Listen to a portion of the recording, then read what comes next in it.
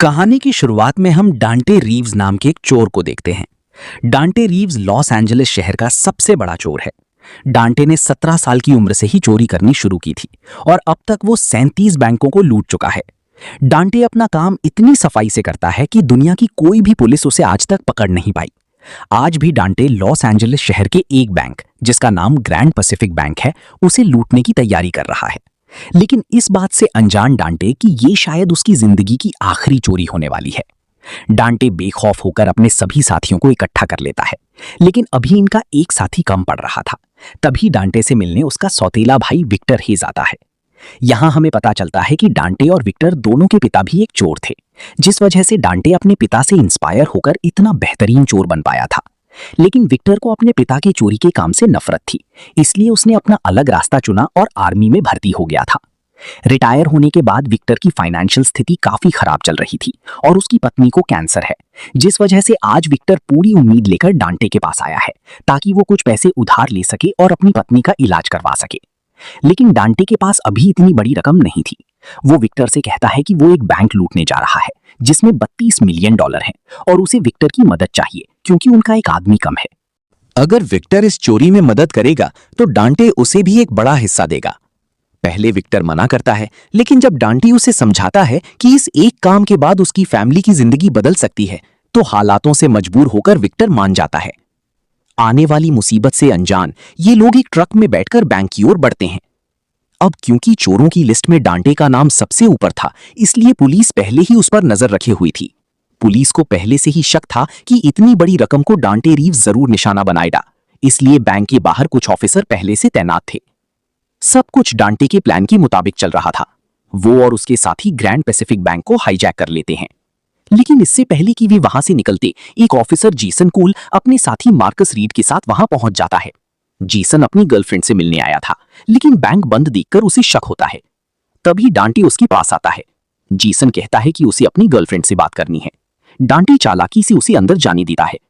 जैसे ही जेसन अपनी गर्लफ्रेंड के पास पहुंचता है, डांटे पीछे से उस पर गन तान देता है और उसे चुप रहने के लिए कहता है। इधर चोर सारा पैसा बैग्स में भर चुकी होती हैं और निकलने ही वाली होती हैं कि बाहर खड़ी मार्कस रीड को शक हो जाता है। जैसे ही मार्कस गन निकालता है, तभी डांटे का ट्रक ड्राइवर उसकी गाड़ी को जोरदार टक्कर मार देता है। मार्कस दूर जा गिरता है। अब बाहर मौजूद पुलिस एक्टिव हो जाती है और शुरू होता है चोर बनाम पुलिस का खतरनाक खेल। पुलिस की संख्या ज्यादा होने के कारण वे डांटे के सभी साथियों को एक एक करके खत्म कर देती हैं। अब अंदर सिर्फ डांटे रीव्स और उसका भाई विक्टर हीज बची होती हैं, साथ में घायल ऑफिसर जेसन कूल। जब उन्हें पता चलता है कि उनके सारे साथी मारे जा चुके हैं और पुलिस ने बिल्डिंग को चारों तरफ से घेर लिया है, दोनों घबरा जाते हैं। इसी मौके का फायदा उठाकर जेसन डांटे पर हमला कर देता है। सिचुएशन बिगड़ती देख विक्टर मजबूरी में जेसन के पैर में गोली मार देता है और दोनों उसे वहीं छोड़कर भाग जाते हैं। उसी वक्त मार्कस रीड जेसन को घायल हालत में देखकर एम्बुलेंस बुलाता है। लेकिन असली खेल अब शुरू होता है। जैसे ही एम्बुलेंस जेसन को लेकर निकलती है, डांटे अपना शातिर दिमाग चलाता है। वो एम्बुलेंस ड्राइवर को नीचे खींचकर एक जोरदार मुक्का मारता है और उसे बेहोश कर देता है और पैरामेडिक कमीला ब्रुक्स को बंधक बना लेता है। अब डांटे और विक्टर उसी एम्बुलेंस में भागने लगते हैं। जैसे ही वे बाहर निकलने वाले होते हैं, पुलिस उन्हें चारों तरफ से घेर लेती है। डांटे चुपचाप एक कोने में छुपकर कमीला को गन पॉइंट पर रखता है। जब पुलिस एम्बुलेंस चेक करने आती है, तो कमीला इमरजेंसी का बहाना बनाकर उन्हें जाने देने के लिए कहती है और पुलिस अपने घायल ऑफिसर को देखकर उन्हें जाने देती है। बैंक से निकलते ही डांटे और विक्टर राहत की सांस लेते हैं, लेकिन असली मुसीबत अभी बाकी थी।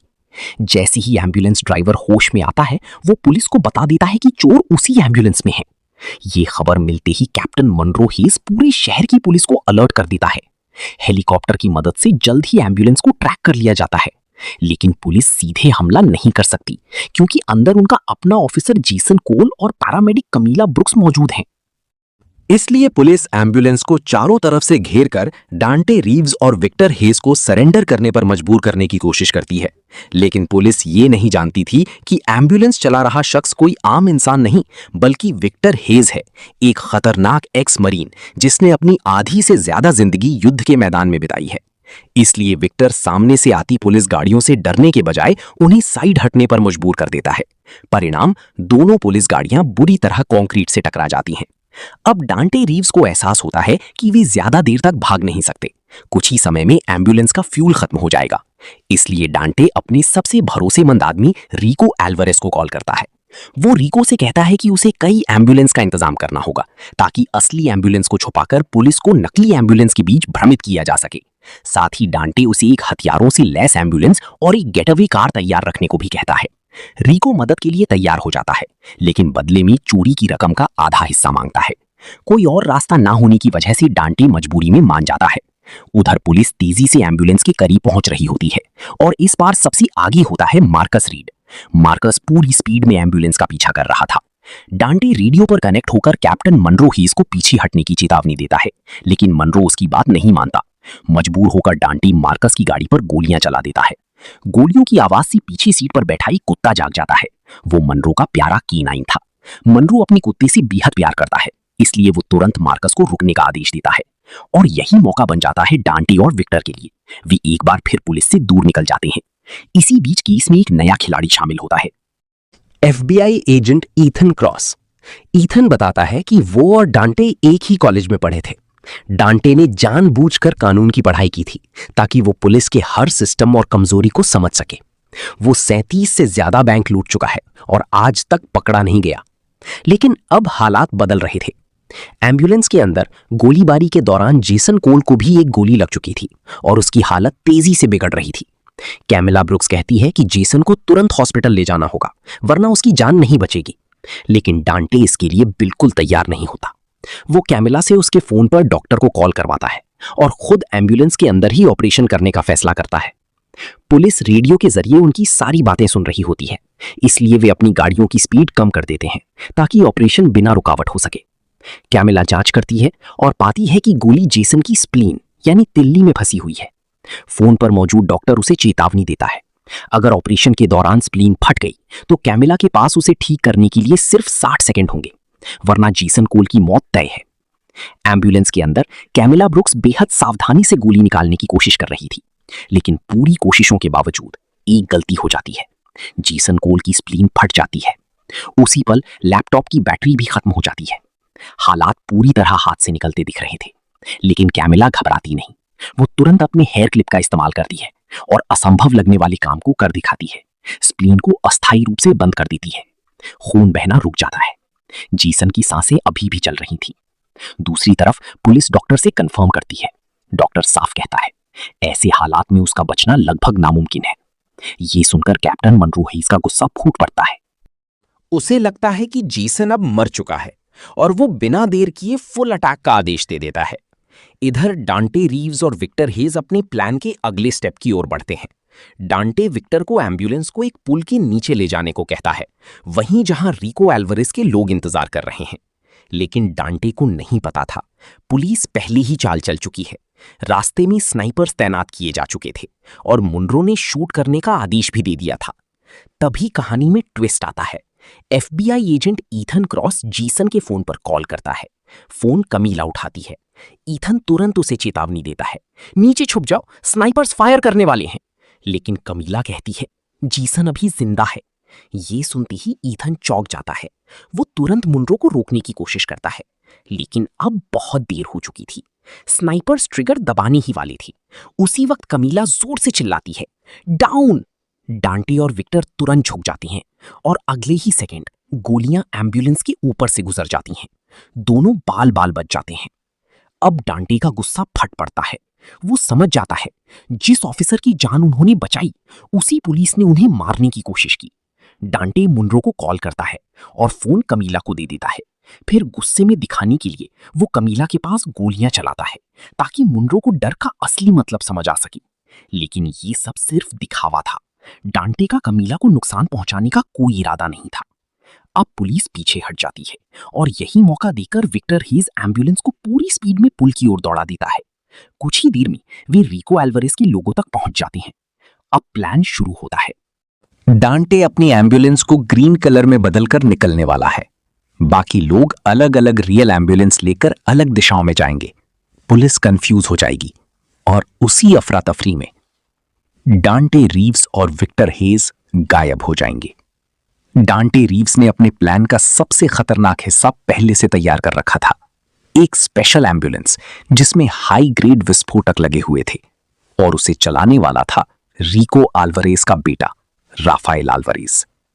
अब तक पुलिस चारों तरफ से घेर चुकी थी और यही डांटे अपने मास्टर प्लान को एक्टिव करता है।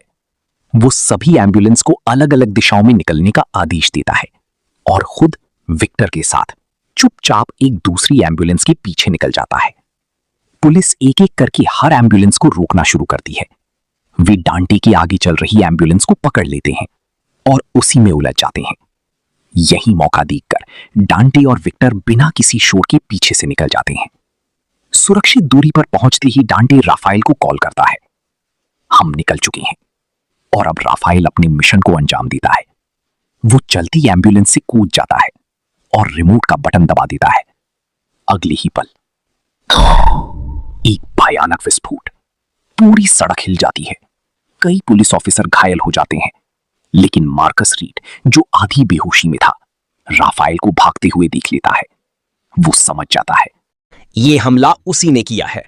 मार्कस अकेले ही उसका पीछा करने निकल पड़ता है। इधर हालात और भी बिगड़ जाते हैं।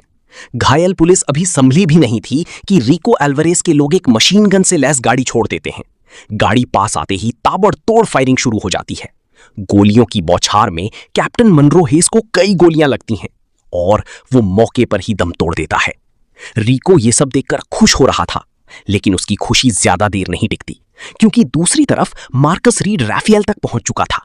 दोनों के बीच जबरदस्त भिड़ंत होती है और उसी दौरान एक गोली राफेल को लगती है। राफेल अल्वारेज मर जाता है। जब रिको को अपने बेटे की मौत का पता चलता है, वो अंदर से टूट जाता है। उधर दांते और विक्टर पुलिस से बचकर रिको के अड्डे पर पहुंचते हैं। डील के मुताबिक दांते को आधी रकम रिको को देनी थी, लेकिन एक बड़ी गलती हो चुकी थी। वे जेसन कोल और कमीला ब्रुक्स को भी अपने साथ ले आए थे। अब रिको दांते से कहता है, मुझे पैसे चाहिए, और ये दोनों भी, क्योंकि उन्होंने उसका अड्डा और ऑपरेशन देख लिया था। दांते बिना झिझक मान जाता है, लेकिन विक्टर हेज इसके खिलाफ खड़ा हो जाता है। वो जेसन और कमीला को मरने के लिए नहीं छोड़ सकता था। दोनों भाइयों के बीच बहस शुरू होती है और ये बहस इतनी बढ़ जाती है कि दोनों अलग हो जाते हैं। जैसे ही विक्टर अलग होता है, रिको अपने आदमियों को उसे मारने का आदेश देता है, लेकिन डांटे रीव्स अपने भाई से प्यार करता था। वो उसे मरने नहीं देगा। वो इशारों में विक्टर को प्लान समझाता है। एक साथ फायर, और अगले ही सेकंड फट, दोनों भाई एक साथ गोलियां चलाना शुरू कर देते हैं। चारों तरफ गोलियों की आवाज गूंज उठती है। कुछ ही पलों में रिको अल्वारेज और उसके सभी आदमी ढेर हो जाते हैं। गोलियों की गूंज सुनते ही पुलिस मौके पर पहुंच जाती है। जैसे ही विक्टर हेज एम्बुलेंस का दरवाजा खोलता है, सामने कमीला ब्रुक्स बंदूक ताने खड़ी थी। अंधेरे और अफरा तफरी में कमीला को लगा सामने दुश्मन है, और बिना सोचे फट वो ट्रिगर दबा देती है। गोली सीधे विक्टर की छाती में जा लगती है। उसी वक्त डांटे रीव्स पीछे से आता है। उसे लगता है कि पुलिस ने फायर किया है। वो तुरंत सबको एम्बुलेंस में डालता है और बिना रुके हॉस्पिटल की ओर भागता है। एम्बुलेंस के अंदर अपनी आखिरी सांसों में विक्टर हेज पैसों की एक गड्डी उठाता है और चुपचाप कमीला के बैग में डाल देता है। वो धीमी आवाज में कहता है, ये मेरी पत्नी को दे देना, उसका इलाज हो जाएगा। और फिर वो बेहोश हो जाता है। हॉस्पिटल पहुंचते ही पुलिस एम्बुलेंस को चारों तरफ से घेर लेती है। डांटे विक्टर को देखता है, कोई सांस नहीं। उसे लगता है उसका भाई मर चुका है। दुख गुस्से में बदल जाता है। तभी उसकी नजर जमीन पर पड़ी उस गन पर जाती है जिससे विक्टर को गोली लगी थी, और डांटे सब समझ जाता है। कमीला ने गोली चलाई थी। अब डांटे का गुस्सा बेकाबू हो जाता है। वो कमीला से कहता है, बाहर निकलते ही, सबसे पहले मैं तुम्हें मारूंगा और फिर खुद को। हम दोनों आज यहीं खत्म होंगे। वो कमीला को दरवाजे के पास बैठा देता है। धीरे धीरे दरवाजा खुलता है और गोली चलने की आवाज आती है, लेकिन ये गोली कमीला को नहीं लगती। ये गोली लगती है डांटे रीव्स को। दर्द से तड़पता डांटे जमीन पर गिर जाता है। ये उसकी जिंदगी की पहली और आखिरी चोरी थी, और वो इसमें हार चुका था। अपनी आखिरी सांसों में डांटे विक्टर से माफी मांगता है, क्योंकि उसी की वजह से विक्टर इस अंधेरे खेल में फंसा था। और फिर डांटे रीव्स दम तोड़ देता है। अपने भाई को खोकर विक्टर फूट फूट कर रो पड़ता है। चारों तरफ बिखरे पड़े हैं वो पैसे जिनके लिए इतनी जानें गईं। अब उनकी कोई कीमत नहीं रह गई। लेकिन कहानी यहीं खत्म नहीं होती। कैमिला ब्रुक्स विक्टर की जान बचा लेती है और जो पैसे विक्टर ने उसके बैग में रखे थे वो उसकी पत्नी तक पहुंचा देती है ताकि उसका इलाज हो सके। Final scene. कुछ समय बाद FBI एजेंट ईथन क्रॉस घायल जेसन कोल से पूछता है, तुम्हें गोली किसने मारी? जेसन कुछ पल चुप रहता है, फिर कहता है, विक्टर हीस ने मेरी जान बचाई और डांटे मुझे मारना चाहता था। जेसन झूठ बोलता है क्योंकि विक्टर ने अपना खून देकर उसकी जान बचाई थी और इसी एक फैसले से विक्टर हीस बेकसूर साबित हो जाता है और कहानी यहां समाप्त होती है।